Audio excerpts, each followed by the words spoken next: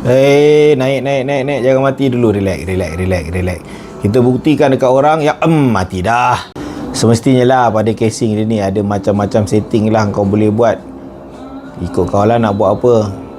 Okey, jom kita review dia. Ini barang setup dia memang garang. Ni earphone dia. Kita akan dapat satu lanyard, buku AI dia. Yang ini sebab earphone boleh translate bahasa kan. Buku manual mestilah dapat. 10 minit charge boleh pergi 3 jam punya pakai. Pada mata aku pun design body dia ni memang cantik-cantik rap-rap. Dia kata benda lah ni IPX5, tapi aku tak percayalah the whole set IPX5. Mungkin earphone saja tu senang nak percaya. Yang ini murah boleh dengar harga, yang itu murah dah mula sakit hati sikit dengan harga. Jadi kalau kau tanya aku, yang ini pun dah A sangat dan lagi best. Touchscreen dia ni, yang depan ni, kalau kau tak suka muka kucing ni, kau boleh letak muka kau